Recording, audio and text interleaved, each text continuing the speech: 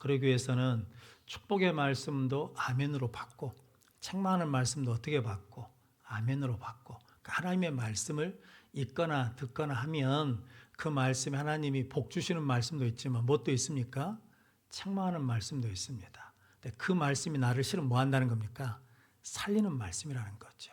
그래서 우리가 그걸 알고 깨닫고 믿기 시작하면 우리 삶에 더 놀라운 일들이 일어날 줄로 믿습니다. 그런 복된 성도들 되시길 바랍니다.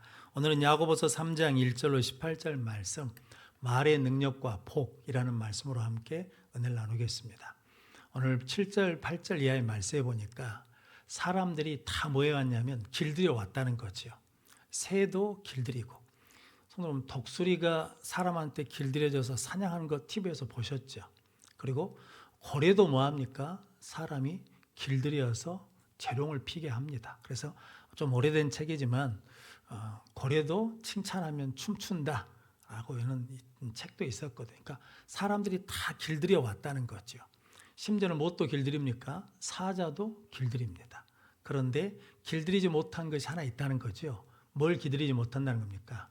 혀는 길들이지 못한다. 그래서 오늘 2절 말씀에 혀를 온전케 하는 자가 뭐냐면 온전한 자다라는 거죠. 그래서 예수님이 하늘 아버지께서 온전하신 같이 너희도 뭐라는 겁니까? 온전하라라는 거죠. 그런데 야고보서에서는 온전케 되는 길이 있는데 무엇을 잘하면 말을 잘 사용하면 그것이 온전케 되는 것이고 말을 잘 사용하면 그것이 나한테 뭐가 되냐면 복이 되는데 말 때문에 뭐 하기도 한다는 겁니까?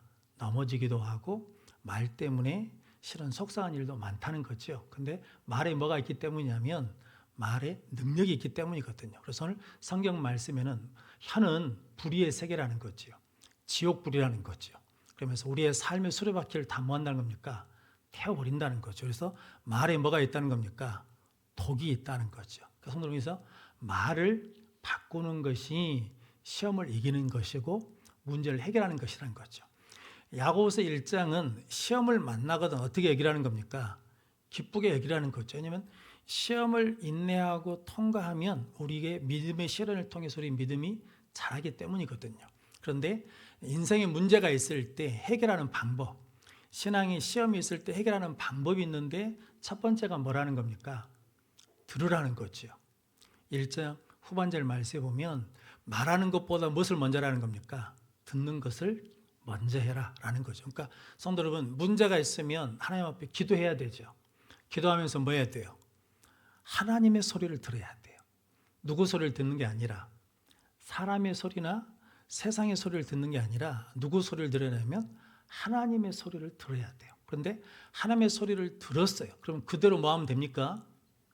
순종하면 되는데 그게 쉽지가 않아요. 왜냐하면 하나님의 말씀이 내 뜻과 맞아요, 안 맞아요? 대부분 안 맞거든요. 나는 이렇게 하고 싶은데 하나님은 안 된다. 이렇게 하라고 그러시거든요. 그러니까 기도를 해야 안 해요. 그래서 기도를 안 해요. 하나님의 소리를 듣지 않으려고 그래요. 왜냐하면 답은 알거든요. 우리 모든 성도들이 신앙생활을 수요 배 정도 나올 정도 되시니까 신앙생활에 관록이 있잖아요. 관록이. 그래서 무슨 일이 딱 생기면 어떻게 해야 된다는 것을 알아요, 몰라요? 알아요. 다 아십니다. 그런데 그 하나님의 답대로 하기가 싫으니까 뭐 하냐면 안 들으려고 그래요. 기도를 하지 않아. 왜냐하면 기도하면 하나님이 어떻게 할 줄 아시니까 이렇게 하라고 말씀하실 줄 아니까 안 한다는 거죠. 그러면 문제 해결이 안 됩니다. 그럼 계속 문제 속에 있는데 들으면 말씀하시고 말씀대로 순종하면 해결될 줄로 믿습니다. 또 시험이나 삶의 문제를 해결하는 방법이 2장 첫 번째는 뭐라 하지 말았냐면 차별하지 말라라는 거거든요. 성도 여러분, 하나님 우리를 차별하십니까? 안 하십니까? 안 하십니다. 목사는 더 이뻐해 주시고 부목사는 좀 덜 이뻐하고 뭐 이러십니까? 전도사는 덜 이뻐하시고 교육전사는 좀 덜 이뻐하시고 이런 분이 아니시잖아요. 다 뭐 하십니까? 동일하게 사랑하시잖아요. 하나님이 그러시는데 우리는 차별합니까? 안 합니까? 차별하죠. 왜냐하면 이게 본성이거든요. 자식을 차별합니까? 안 합니까? 차별하시잖아요. 자식을 다 똑같은 자식이어서 부모가 차별하지 않는다. 그게 아니에요. 이쁜 자식이 있어. 딸만 셋이잖아요. 딸만 있다가 아들 하나 낳으면 그 아들이 뭐예요? 귀남이지. 저희 집은 아들만 넷이거든요. 누가 제일 귀하겠습니까? 큰아들이 귀하겠습니까? 둘째, 셋째, 넷째가 귀하겠습니까? 택도 없는 소리. 큰아들. only 큰아들. 넷째가 귀하고 이쁘긴 해요. 그런데 뭘 더 주려고 할 때는 누구한테 더 주겠습니까? 큰아들. 저는 우리 동생들한테 미안한 감정들을 너무 많이 느꼈습니다. 우리 아버지가 우리 동생들한테 복 받으라고 축복해 줍니다. 복을 받을 이유가 있어요. 그 복을 받아서 누굴 줘야 돼? 형을 공개해야 돼. 그래서 이러면 둘째, 셋째, 넷째는 마음이 어쩌겠습니까? 마음이 좋겠습니까? 마음이 안 좋아요. 그래서 둘째, 셋째, 넷째가 신앙생활을 안 해요. 그러다가 하나님의 은혜로 넷째가 돌아왔어요. 그래서 제가 새벽마다 기도해요. 하나님 변영석이, 변진석이 하나님 불러주십시오. 세례 다 받았습니다. 그런데 교회 신앙생활 안 해요. 왜 그러냐면 교회에서도 차별을 당했어요. 목사 아들이라고, 장로 아들이라고, 권사 아들이라고 교회 안에서 차별을 받았어요. 집에서도 차별을 받았어요. 그러니까 마음이 상해요, 안 상해요? 상해요. 근데 성도 여러분, 사람은 차별할 수밖에 없죠. 그런데 하나님 뭐 하지 않으시나 합니까? 차별하지 않으셔요. 그러니까 우리도 전혀 차별이 없을 수는 없지만 차별하지 않으려고 뭐 해야 된다는 거예요? 은혜를 구하고 그렇게 대하고 태도를 가질 때 문제가 해결된다는 거거든요. 성도님들이 그런 은혜로 문제를 해결해가는 성도들 되시길 바랍니다. 그리고 이제 2장 중반절에는 행함이 있는 믿음이 있어야 된다. 믿는다. 이게 행함으로 구원받는 게 아니고 바울이 말하는 행함은 구원받기 전의 행함, 즉 우리의 행함으로 구원받는 건 아니다라는 것이고, 야고보서에서는 우리가 믿어서 구원을 받았으면 그 믿음이 온전해지려 그러면 뭐가 따라야 된다는 거예요? 행함이 따라와야 된다라는 거죠. 우리 사모님이 늘 저한테 말한 게 있거든요. 차 운전하다가 급하면 유턴 안 해야 되는 데서 유턴해서 가버리거든요. 부목사님들한테도 돌려보시오 그러거든요. 그러면 제발 그러지 말라고. 그런데 성도 여러분, 그게 굉장히 중요한 거죠. 왜냐하면 믿는다라고 했으면 그 믿는 대로 뭐 해야 된다는 겁니까? 행함이 따라와야 돼요. 성도 여러분, 하나님이 사랑하신 걸 믿으시죠? 예수님이 사랑한 걸 믿으시죠? 그런다 그러면 우리도 뭐 해야 돼요? 사랑인데 하나님의 사랑의 조건이 있어요, 없어요? 없다는 거죠. 없잖아요. 아무 조건이 없어요. 그냥 믿으면 사랑해 주시는 거예요. 그러니까 우리는 다 누구냐면 탕자 같은 존재들이거든요. 그런데 우리가 탕자로 사람을 보는 게 아니라 나는 뭐예요? 큰아들이에요. 그래서 저 사람은 이래서 안 됩니다. 저 사람은 이래서 안 됩니다. 라고 하면서 우리가 뭐예요? 우리가 잣대를 정하고 기준을 정해. 근데 하나님은 사랑이시라면서요. 그러면서 우리가 그 잣대를 정한다는 거거든요. 그게 뭐냐면 행함이 없는 믿음이 된다는 거죠. 그럼 우리 믿음이 문제가 된다. 그러니까 행함이 있는 행함으로 믿음을 온전해 가게 해야 된다라는 거죠. 그리고 삶에 문제가 있을 때 또 해결하는 방법이 있는데, 신앙의 시험이 있을 때 해결하는 방법이 있는데 무엇을 잘하면 된다는 겁니까? 말을 어떻게 하느냐라는 게 오늘 중요하다라는 거죠. 그래서 말을 바꾸는 게 아니라는 거죠. 오늘 성경 말씀은 우리가 말을 바꾸려고 노력해봐야 말이 안 바뀌어요. 뭘 바꿔야 되냐면 마음을 바꿔야 돼요. 그러니까 나로 나가면 말이 바뀌겠습니까? 안 바뀌겠습니까? 안 바뀌어요. 그러니까 내가 죽고 누구로 나갈 때, 예수로 나갈 때 말이 바뀐다는 거거든요. 그래서 오늘 그 이야기를 말씀하시거든요. 그래서 성경에 말에 관계된 이야기들이 어마어마하게 많습니다. 특별히 어디에 많냐면 잠언에 많습니다. 그래서 잠언 12장 14절, 잠언 13장 2절 말씀 같이 읽겠습니다. 사람은 입의 열매로 말미암아 복록에 족하며 그 손이 행하는 대로 자기가 받느니라. 사람은 입의 열매로 인하여 복록을 누리거니와 마음이 괴사한 자는 강포를 당하느니라. 아멘. 두 말씀 다 사람은 입의 열매로 뭐가 결정된다는 겁니까? 복이 결정돼요. 그래서 여러분, 말을 어떻게 하냐에 따라서 그 말이 나에게 뭐가 되기도 하고 복이 되기도 하고 그 말이 화가 되기도 한다라는 거죠. 그래서 그런 말이 있거든요. 연어는 알을 낳으면 연하가 새끼 알을 낳으면 새끼가 가서 커가지고 바다로 나가죠. 그러고 나면 다시 뭐합니까? 때가 되면 다시 돌아오죠. 그런 것처럼 우리 말도 우리 삶에 뭐냐면 돌아온다는 거예요. 그러니까 말이 내 삶에 영향을 준다는 거거든요. 그러니까 말을 어떻게 해야 돼요? 은혜롭게 해야 돼요. 말을 어떻게 해야 돼요? 복되게 해야 돼요. 말을 어떻게 되냐면 이쁘게 해야 돼요. 그래서 김창옥 씨가 그런 말을 했거든요. 누구하고 결혼할 것이냐라는 거죠. 말이 좋은 사람하고 결혼하라는 거죠. 그분은 이렇게 표현하더라고요. 모국어가 좋은 사람하고 결혼해라. 그래서 나는 한국 사람이니까 모국어가 뭐예요? 한국어예요. 그런 의미가 아니고 그 가정의 어머니, 아버지 언어가 좋은 사람하고 결혼하면 실패가 거의 없대요. 왜냐하면 말 때문에 무엇을 받으니까. 말 때문에 상처를 받기도 하고 말 때문에 위로를 받으니까. 그래서 잠언 15장 23절, 잠언 25장 11절 말씀 같이 읽겠습니다. 사람은 그의 입의 대답으로 말미암아 기쁨을 얻나니 때에 맞는 말이 얼마나 아름다운고 경우에 합당한 말은 아로새긴 은쟁반의 금사관이라. 아멘. 그러니까 사람이 말로 말미암아 무엇을 얻어요? 기쁨을 얻어요. 그러니까 때에 맞는 말이 아름답다는 거죠.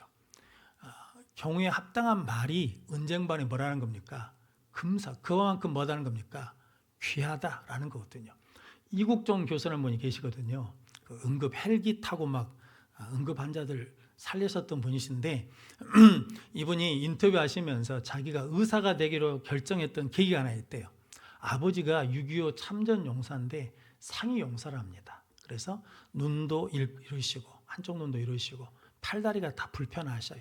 그런데 국가에서 상위 용사로 그래가지고 지금 우리식으로 하자 그러면 그때 이제 의료보험 카드가 없으니까 국가 유공자 의료 카드라는 게 있었답니다. 그걸 내미면 무료로 치료를 해주는 거예요.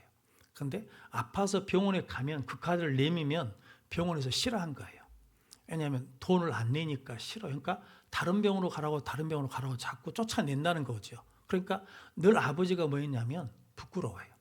그런데 중학교 때 충농증이 심해가지고 병원에 가서 이제 치료를 받으려고 국가유공자 의료카드를 냈더니 병원에서 다 쫓아내더랍니다. 그런데 한 병원에 갔더니 의사 한 분이 그러더라는 거예요. 너는 참 자랑스러운 아버지를 두셨구나. 네 아버지의 희생으로 우리나라가 세워진 것이고 우리가 그것을 누리고 있는 것이다. 아버지에 대해서 자랑스럽게 생각해도 된다라고 했답니다. 그래서 그때 이국종이라는 중학생이 나도 의사가 돼서 가난한 사람들을 도와야 되겠다. 그래서 그분 이름이 뭐냐면 이학선이 돼요.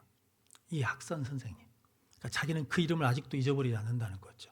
다 나를 뭐 했는데 다 나를 거절하면서 아버지가 그런 모습인 것을 부끄럽게 만들게 했는데 그분만 아버지를 자랑스럽게 하도록 나에게 뭐 해줬어요? 말해줬어요. 그러니까 그 말이 그 심령을 뭐 했다는 겁니까? 살리는 말이 됐다라는 거거든요. 성도 여러분, 여러분들도 은혜를 받아서 이런 경우에 합당한 말을 하는 성도들 되시길 바랍니다. 그러니까 제발 신방 가가지고 내가 아는 친척은 이 병으로 죽었다고는 그런 말을 하시면 안 돼. 그러잖아요. 어디 가가지고 누구 만나가지고 내가 아는 사람은 이런 일을 당해가지고 큰 어려움을 겪었다. 이런 자꾸 안 좋은 말을 하지 말고 가서 이런 어려움이 있었는데 이런 분들이 다 기도하고 나았다. 하나님이 도우셔서 회복됐다. 라고 말할 수 있는 성도들 되시길 바랍니다. 성경에도 말 때문에 복받은 사람이 있잖아요. 소로보니게 여인, 딸이 귀신 들렸잖아요. 예수님께 고쳐달라고 했더니 예수님이 들어요, 안 들어요? 듣지를 않아. 제자들이 저렇게 부르짖으니까 예수님 좀 뭐 좀 말 좀 해주십시오 그랬더니 나는 이스라엘 집에 잃어버린 양 외에는 오지 않았다. 라고 그러면서 물리쳐 버리거든요. 그러면서 예수님 도와주십시오. 그래도 듣지를 않으셔요. 그러면서 하시는 말씀이 자녀의 떡을 취하여 개들에게 던진다라는 거죠. 어떤 취급을 받은 겁니까? 개 취급을 받은 거잖아요. 그런데 그때 그 여인이 뭐라고 그래요? 주여 옳습니다. 개들도 제 주인의 상에서 떨어지는 부스러기를 먹습니다. 그러니까 나한테 뭐 좀 달라는 거예요. 부스러기라도 달라는 거거든요. 그러자 예수님이 마가복음 7장 29절 30절 말씀 같이 읽겠습니다. 예수께서 이르시되 이 말을 하였으니 돌아가라.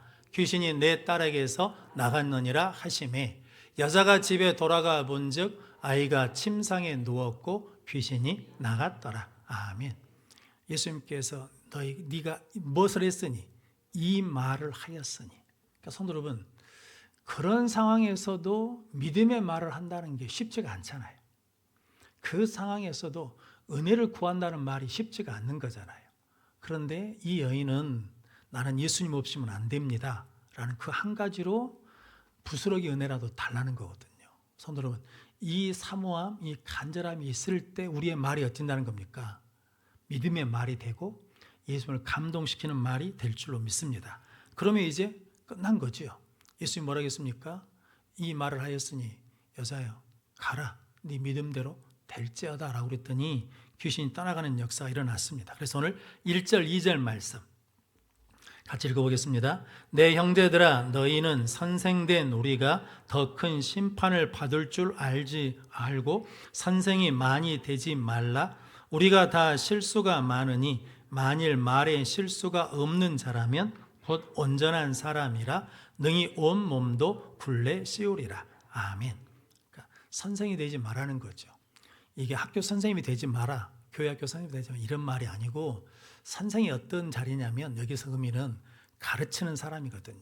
그러니까 성도 여러분, 우리는 전부 다 어떤 유치에 가려고 그러냐면 나이를 먹거나 신앙생활을 하게 되면 자꾸 가르치는 유치에 서려고 한다는 거죠. 자, 그러다 보면 말이 어떻게 되겠습니까? 말이 가르치는 말이 된다는 거죠. 그런데 그 말 때문에 뭘 받아요? 심판을 받아요. 그래서 바울이 그렇게 고백했거든요. 내가 남에게 전파한 후에 도리어 내가 넘어질까 봐 두려워서 나는 내 몸을 쳐 뭐 하신다는 겁니까? 쳐서 복종시킨다는 거거든요. 성경에서 목사가 제일 문제예요. 말을 엄청나게 많이 하는 사람이잖아요. 그러니까 말이 뭐가 있겠습니까? 말에 실수가 많아요. 저도 말하고 돌아서 보면 내가 왜 그 말을 했을까? 그 말 안 해야 되는데 라는 생각이 많거든요. 그래서 제가 갈수록 말수가 적어집니다. 설교 외에는 말을 잘 안 하려고 그래요. 왜냐하면 말의 실수가 계속 되거든요.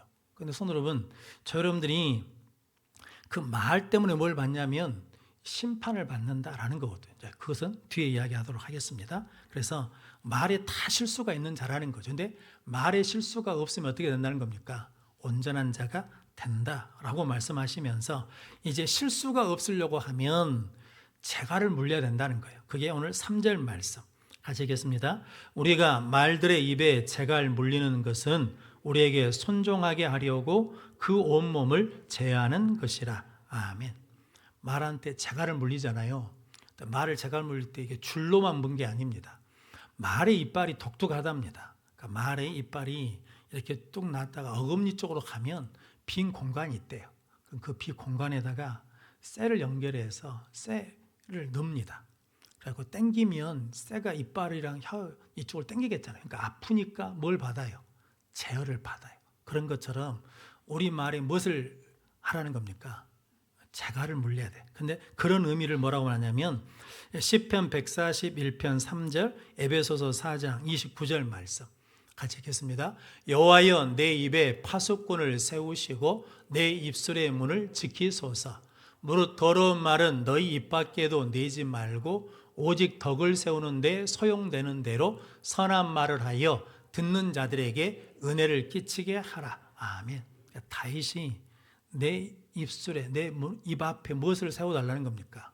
입술에 파수꾼을 세워서 내 입을 제어해달라는 거거든요. 그래서 우리는 어떤 말을 해야 되냐? 무릇 더러운 말은 내 입 밖에도 내지 말고 듣는 사람들에게 은혜를 끼치는 말을 하라라는 거거든요. 그래서 우리가 말에 입에 재갈을 물리는 입술에 파수꾼을 세우는 성도들 되시기를 바랍니다. 그래서 이게 명견들이 있잖아요. 명견들. 뭐 진돗개나 뭐 이렇게 막 물어서 사람을 묻는 거. 산책을 시킬 때 반드시 목줄을 해야 되고 또 무엇을 해야 됩니까? 입마개를 해야 돼. 입마개. 그러니까 우리도 무엇을 해야 돼요? 믿음의 입마개를 해야 돼. 그래가지고 안 해야 될 말은 꼭 안 해야 돼요.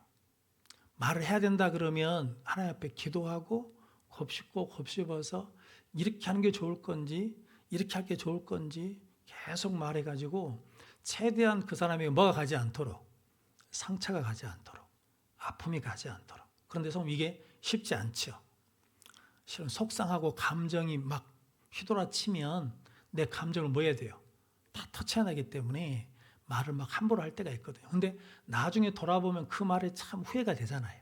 그래서 오늘 성경 말씀에 말에 실수가 없으려면 입에 자갈을 물려야 된다. 왜냐하면 오늘 4절 말씀 같이 읽겠습니다. 또 배를 보라, 그렇게 크고 광풍에 밀려가는 것들을 지극히 작은 키로서 사공의 뜻대로 운행하나니. 아멘. 배를 움직일 때 뭘로 움직인다는 겁니까? 키로 움직인다는 거죠. 근데 그 키가 무엇을 결정해요? 방향을 결정해요. 그러니까 우리의 말이 방향과 미래를 결정한다라는 거거든요. 그래서 여러분들이 입에 자갈을 물려야 된다라는 거죠.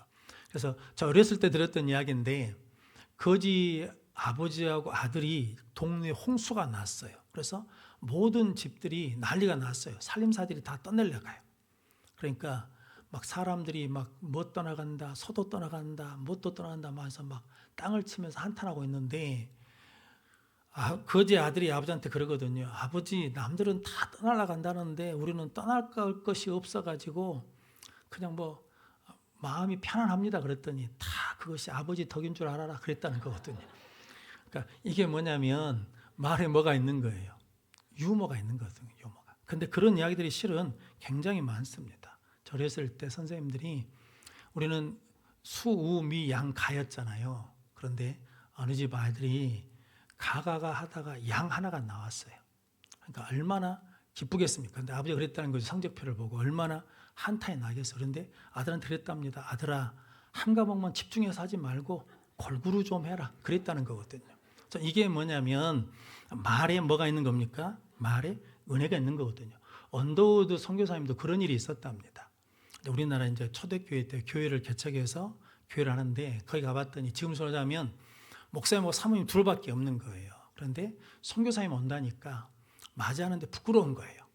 왜냐하면 성도가 좀 조금이라도 있었으면 좋겠는데 목사님하고 사모님 둘밖에 없으니까 뭐라고 말할 것이 없더라는 거죠. 그런데 언더우드 선교사님이 딱 보고 그랬답니다. 이 교회는 앞으로 부흥할 일만 남았다고. 그래서 그 상황에서 그렇게 말할 수 있다는 것이, 그게 뭐라는 겁니까? 그게 입에 자갈을 물리고, 그리고 배의 키처럼 방향을, 미래를 결정하는 것이 된다라는 거거든요. 그래서 잠언 18장 21절, 야고보서 1장 26절 말씀 같이 읽겠습니다. 죽고 사는 것이 혀의 힘에 달렸나니 혀를 쓰기 좋아하는 자의 혀의 열매를 먹으리라. 누구든지 스스로 경건하다 생각하며 자기 혀를 재갈 물리지 아니하면 자기 마음을 속이면 이 사람의 경건은 헛것이라. 아멘. 그러니까 혀에 힘이 있다는 거죠. 말에 힘이 있다는 거죠. 그러니까 그 말에 재갈을 물리는 것이 지혜로운 삶이다라는 거죠. 성경에 12정탐꾼 이야기가 있지 않습니까? 이게 말의 이 미래를 결정하는 게 그런 의미거든요. 10명은 안 된다는 거죠. 그런데 여호수아와 갈렙은 된다는 거죠. 그런데 그 말을 듣고 이스라엘 백성들이 뭐 합니까? 불평하고 원망합니다. 그때 민수기 14장 27절, 28절 말씀 같이 읽겠습니다. 나를 원망하는 이 악한 회중에게 내가 어느 때까지 참으랴. 이스라엘 자손이 나를 향하여 원망하는 바 그 원망하는 말을 내가 들었노라. 그들에게 이르기를 여호와의 말씀에 내 삶을 두고 맹세하노라. 너희 말이 내 귀에 들린 대로 내가 너희에게 행하리니. 아멘. 하나님은 하나님 귀에 들린 대로 뭐 하신다는 겁니까? 행하신다는 거예요.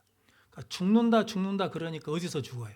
광야에서 죽고 하나님 약속하신 가나안 땅에 들어가지 못한다. 들어간다 여호수아와 갈렙만 어디에 들어갔다는 겁니까? 가나안 땅에 들어갔다는 거거든요. 그럼 성도 여러분, 하나님은 내 귀에 들린 대로 뭐 하신다는 겁니까? 행하신다는 거죠. 그러니까 죽겠다고 하지 말고 뭐하라고 그래야 돼요? 살겠다 그러면 살 수 있는 길을 주셔요. 살 수 있는 은혜를 주신다는 거거든요. 그래서 성도 여러분들이 말이 우리의 미래를 결정한다라는 것을 깨닫고 늘 믿음으로 승리하는 성도들 되시길 바랍니다. 그러면서 오늘 6절 말씀도 같이 읽어보겠습니다. 혀는 곧 불이요 불의의 세계라. 혀는 우리 지체 중에서 온몸을 더럽히고 삶의 수레바퀴를 불사르나니 그 사르는 것이 지옥불에서 나느니라. 아멘. 그러니까 말이 뭐가 된다는 겁니까? 심판이 된다는 겁니다. 마태복음 12장 36절 37절 말씀 같이 읽겠습니다. 내가 너희에게 이르노니 사람이 무슨 무익한 말을 하든지 심판날에 이에 대하여 신문을 받으리니 내 말로 의롭다함을 받고 내 말로 정죄함을 받으리라. 아멘. 우리는 우리가 한 말을 잊어버립니까? 기억합니까? 잊어버리잖아요. 그런데 누군 기억하셔요? 하나님이 기억하셔요. 그래서 그 말 가지고 뭐 하신다는 겁니까? 신문하신대요. 그 말 가지고 뭐 하신다는 겁니까? 정죄하신다는 거예요. 그래서 이게 말이 이만큼 뭐가 있다는 겁니까? 능력이 있다는 거거든요. 말에 영향이 있다는 거죠. 그래서 TV에서 다 보셨잖아요. MBC에서인가 밥 가지고 실험했잖아요. 밥 공기를 놔두고 한쪽에서는 사랑한다, 감사하다, 이쁘다 자꾸 말했더니 곰팡이가 안 껴요. 그런데 이쪽 밥에다는 미워, 싫어, 짜증나 라고 하면서 자꾸 원망불평을 하니까 그 밥에 뭐가 생깁니까?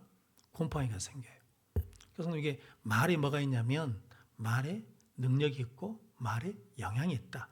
그런데 그것이 어디 안에 들어와 버리면, 믿음의 세계에 들어와 버리면, 영적인 세계에 들어오면 그 말의 능력이 어마어마하다는 거거든요. 그러니까 오늘 야고보서에서는 말을 우리가 능력 있게 해야 된다, 은혜롭게 해야 된다라고 말하거든요. 그래서 7절에서 12절까지 말씀은 그 얘기잖아요. 한 샘에서 단물과 쓴물을 낼 수 없다는 거죠. 한 입에서 찬송과 저주가 나올 수 없다. 그러니까 말에 일관성이 있어야 된다. 그러니까 믿음의 사람은 무슨 말을 해야 돼요? 믿음 말을 하고 은혜의 말을 하고 소망의 말을 해야 된다라는 거죠. 그래서 이사야 50장 4절 말씀 같이 읽겠습니다. 주 여호와께서 학자들의 혀를 내게 주사 나로 공고한 자를 말로 어떻게 도와줄 줄을 알게 하시고 아침마다 깨우치시되 나의 귀를 깨우치사 학자들 같이 알아듣게 하시도다. 아멘. 잠깐 말씀 띄워주시면 이사야 50장 4절 말씀에 보면 학자들의 혀를 내게 달라는 거거든요. 왜 달라고 그러냐면 나로 공고한 자를 말로 어떻게 하기 위해서, 도와주기 위해서. 그러니까 어렵고 힘든 사람은 뭘로 도와줄 수 있다는 겁니까? 말로 일으켜 세울 수도 있고 말로 뭐 할 수도 있어요. 말로 무너뜨릴 수도 있다는 거거든요. 그럼 여러분들이 하나님 앞에 학자의 혀를 주셔서 힘들고 어려운 사람들, 지친 사람들을 도울 수 있는 말의 은혜와 복을 달라고 구하는 성도들 되시기를 바랍니다. 넬슨 만델라 대통령이 감옥에 있을 때 4년째 되니까 어머니가 돌아가셨답니다. 그 다음에 큰아들이 교통사고로 죽었대요.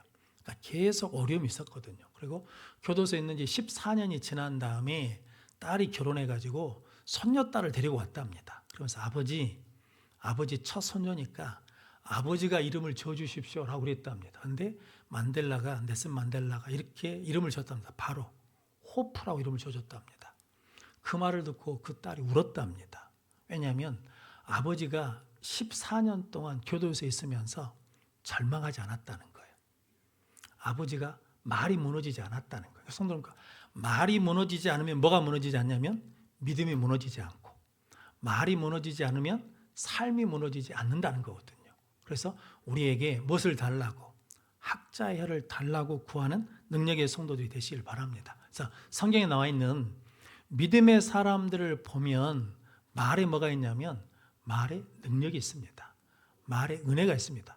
요셉 그렇게 감옥에 있어도 버림받아도 말이 무너지지 않으니까 그의 믿음이 무너지지 않고 그의 삶이 무너지지 않고 그의 비전이 무너지지 않는 거거든요. 우리도 말을 지키면 무엇을 지킬 수 있어요? 믿음을 지킬 수 있어요. 말을 지키면 무엇을 지킬 수 있어요?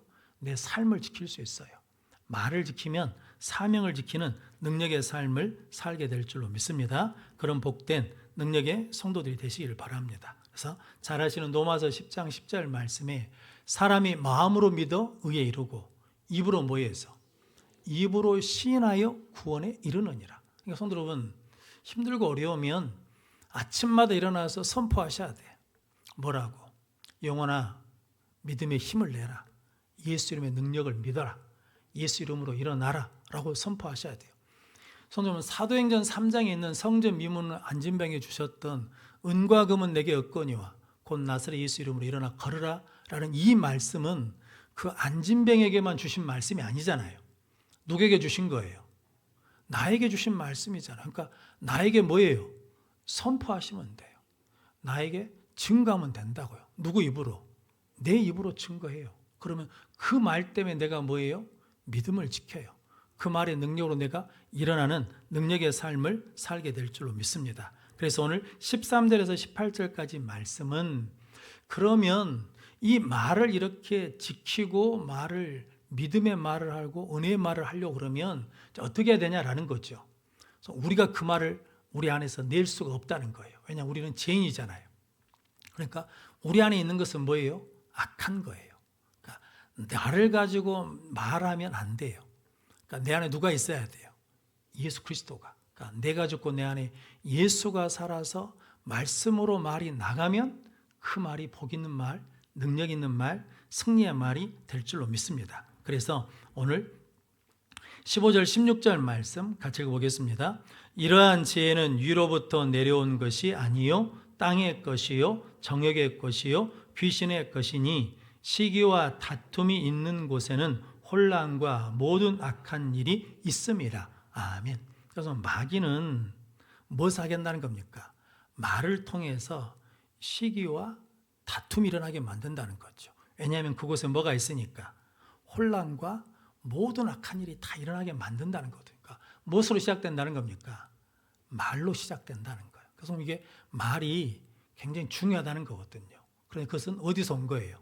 땅에서 온 거예요. 그런데 17절, 18절 말씀 같이 읽겠습니다. 오직 위로부터 난 지혜는 첫째 성결하고 다음에 화평하고 관용하고 양순하며 긍휼과 선한 열매가 가득하고 편견과 거짓이 없나니 화평하게 하는 자들은 화평으로 심어 의의 열매를 거두니라. 아멘. 오직 위로부터 난 지혜라는 것은 위로부터 뭐 해야 된다는 겁니까? 받아야 돼요. 하나님으로부터 받아야 돼요. 그러니까 예수님이 승천하시면서 제자들에게 하신 말씀이 있죠. 하늘로부터 능력을 입을 때까지 예루살렘 뭐 하지 말라는 거예요. 떠나지 말고 기다리라. 그리고 오직 성령이 너에게 임하시면 너희가 뭘 받고? 권능을 받고. 그러니까 위로부터 받아야 돼요. 은혜를 받아야 돼요.